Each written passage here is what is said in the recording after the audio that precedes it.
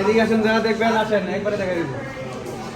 এটা হচ্ছে Shirley thickness গজ, মেশিনের নাম, made in England, Shirley development limited, Manchester. এটা হচ্ছে, এটাকে আমরা কার্পেট থিকনেস টেস্টার বলে থাকি। এটা হচ্ছে কার্পেটের থিকনেস নির্ণয় করা হয়। এই হলো হচ্ছে কার্পেট, এটা হচ্ছে একটা পাইল ফেব্রিক।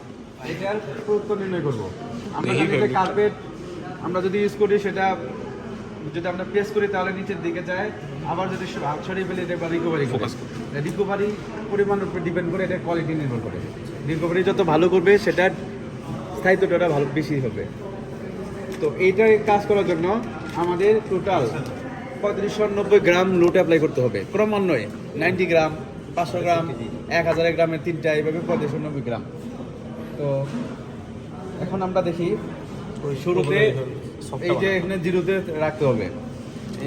এই দেখেন, এই যে এখানে যে ফাঁকা অংশটা আছে না, এটা হচ্ছে প্রেসার ফুড। এটা কিন্তু এই যে নিচের অংশ, এটা প্রেসার ফুড। দেখেন এটা কিন্তু উপর নিচে আপ ডাউন করে। প্রেসার ফুড কি এইটা? হ্যাঁ হ্যাঁ, এইটা প্রেসার ফুড। আচ্ছা, এটা উপরে নিচে দেখেন আপ ডাউন করতেছে, কিন্তু যখন আমরা লোড দিব এটা কার্পেটের উপরে লেগে যাবে। আচ্ছা তো এটা ফাঁকা, তখন এইটাকে অবশ্যই জিরোতে রাখতে হবে। এই যে আচ্ছা, মানে এইটা ঘুরাই ঠিক করবো। তো অনেক সময় যদি এইদিকে থাকে তাহলে তো প্রেস করলে তো জিরোতে থাকলো না, তখন এটাকে ঘুরিয়ে মানে আমাকে প্রেস করা অবস্থায় হচ্ছে ক্যালিব্রেশন করে নিতে হবে, রাইট। তারপরে হচ্ছে এখানে আমরা কার্পেট রাখবো। এটা হচ্ছে প্রেসার ফুড, আর নিচেটা হচ্ছে বেস। নিচেটা হচ্ছে বেস।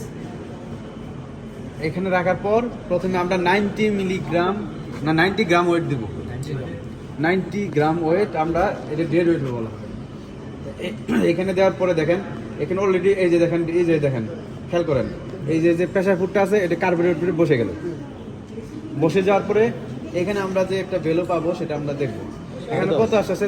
10.5 মিলিমিটার। আপনারা লেখেন টোটাল লুট, অ্যাডিং লুট হচ্ছে 90, টোটাল লুট হচ্ছে 90, থিকনেস আফটার লোডিং হচ্ছে 10.5 মিলিমিটার। 30 সেকেন্ড করে টাইম দিতে হবে। তো 30 সেকেন্ড মনে হয়েই গেছে। আবার 500 গ্রাম ওয়েট আমরা অ্যাড করতেছি, অ্যাডিং লোড 500 দেওয়ার পরে হচ্ছে 10.2। তাহলে টোটাল লুট কত? 590। 3 সেকেন্ড হোক।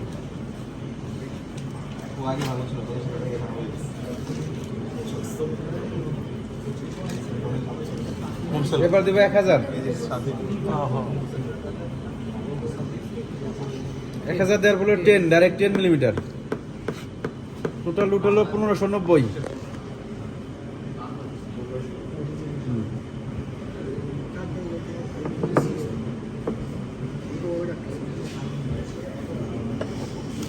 আবার 1000, 9.9। হ্যাঁ, 2590 হয়ে গেল।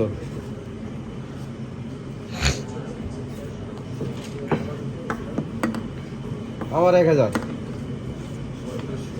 এগুলো 10.8, 9.8, সরি 9.8 মিলিমিটার। তাহলে লোডিং হয়ে গেল। এখন আমরা আনলোডিং করবো। আনলোডিং ক্ষেত্রে নিচ থেকে উপর দিকে যাবে, নিচ থেকে উপর দিকে যাবে। এখন খাতাটা এইদিকে দেওয়া, এইদিকে নিয়ে আসেন। এটা হচ্ছে প্রথমে তো এটাই থাকবে, তাই না?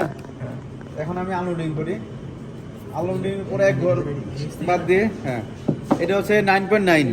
এখানে 9.9 লেখেন। হ্যাঁ, 9.9 তো এটা লিখতে হতো। এটা 9.8 থাকবে ইনিশিয়াল।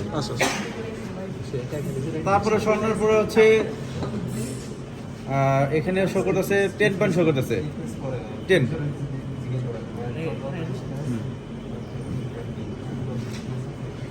তারপর হচ্ছে 10.1।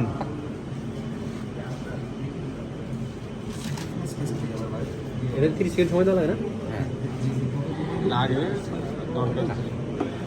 10.2। তার মানে 0.3। এটা হচ্ছে সে রিকভারি করতে পারলো না, ঠিক আছে। এখন হচ্ছে যে 10.5, যেটা হলো ফার্স্ট লোডিং, এটাকে আমরা এ দ্বারা এক্সপ্রেস করবো। আর লাস্ট আনলোডিং যেটা বি দ্বারা এক্সপ্রেস করবো।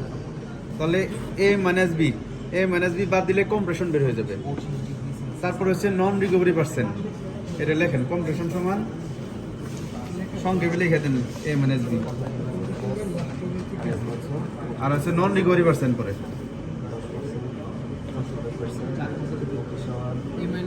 এ minus B divide by B পূরণ 100%।